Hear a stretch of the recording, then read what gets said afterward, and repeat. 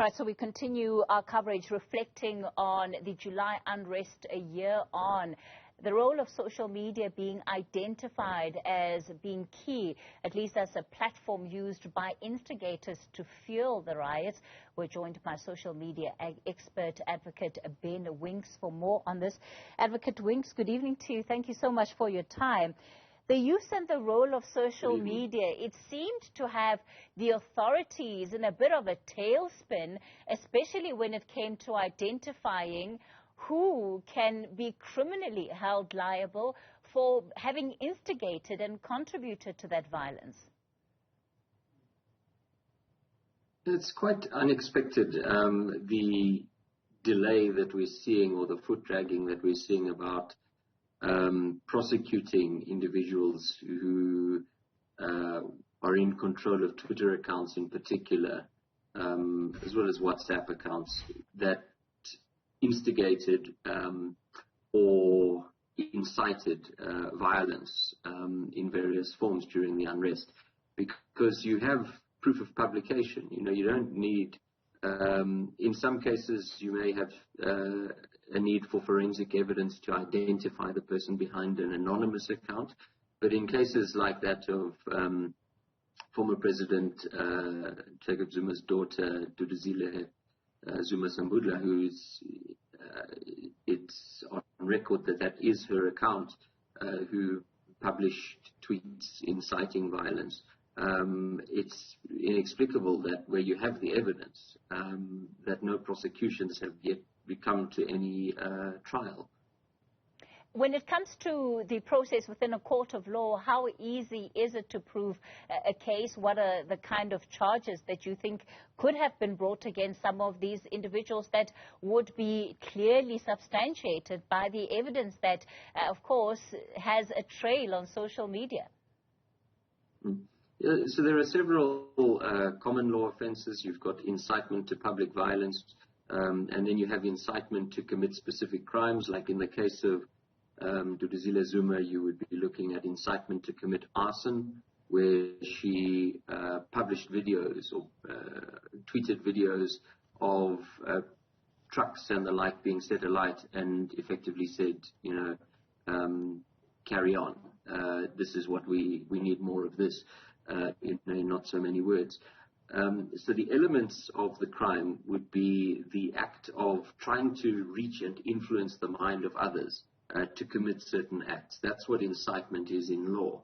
And where you've published something that is so unequivocal, it would be very difficult for a court to find that beyond a reasonable, that there is reasonable doubt that you intended to incite people to commit unlawful acts.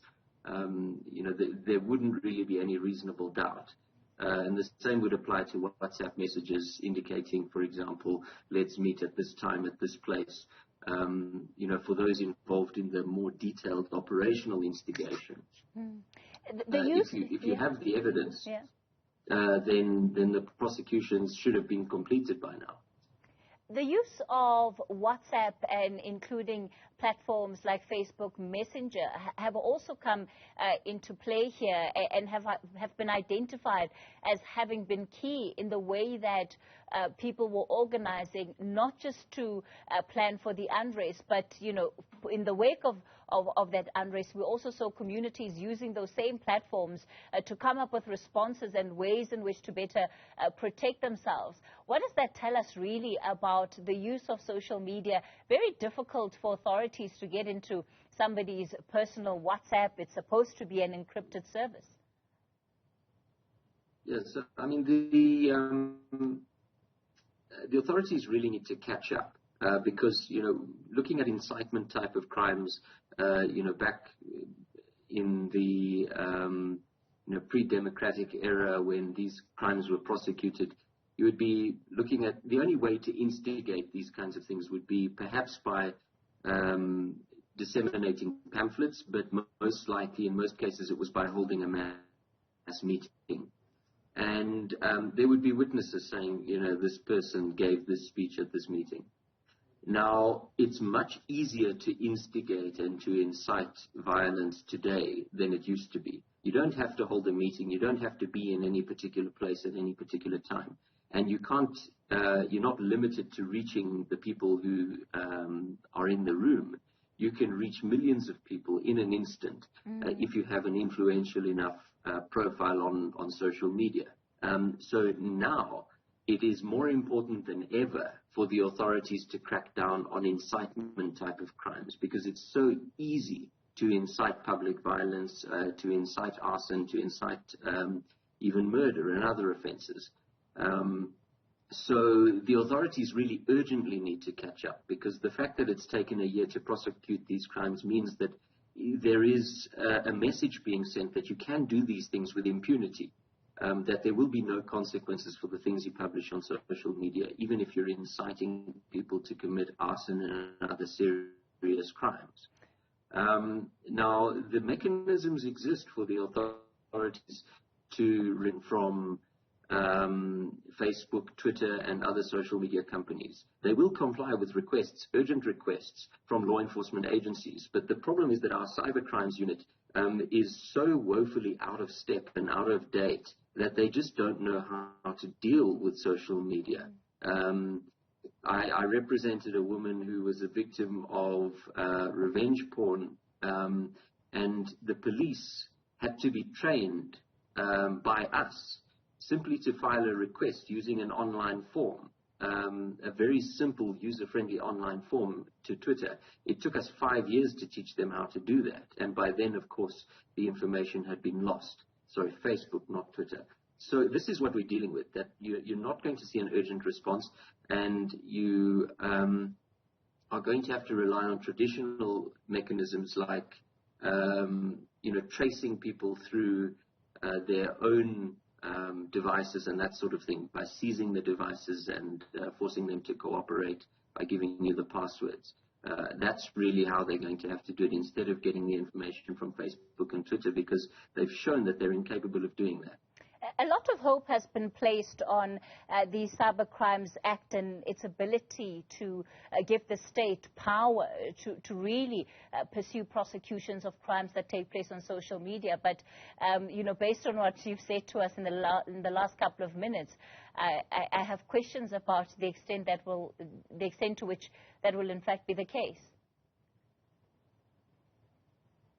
Yeah, it's very nice to have a Cybercrimes Act that looks modern, but if you don't have the capacity in the SAPS, nothing prevented us from having effective cybercrimes policing and prosecution for the last 20 years, except a lack of capacity. The law, in some respects, was needed to put a proper framework in place, but using their traditional investigative powers, the SAPS could have been doing a lot more over the last 20 years to combat cybercrime without a new law that does give them some extra tools in their toolkit. But they weren't using the tools that they already had because of a lack of capacity, perhaps a lack of leadership. The unfortunate thing is that, every other day we wake up in the country and there's hashtag national shutdown, and often when one looks under such a hashtag, there will be accounts that are instigating and pushing for violence. That continues to date.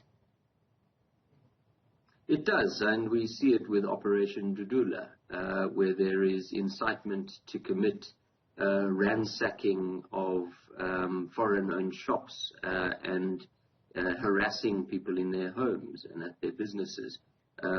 If it's not nipped in the bud, well, in fact, we're well past the bud. If it's not stopped in its tracks, Operation Dudula will see serious loss of life, as well as mass displacement of foreign nationals.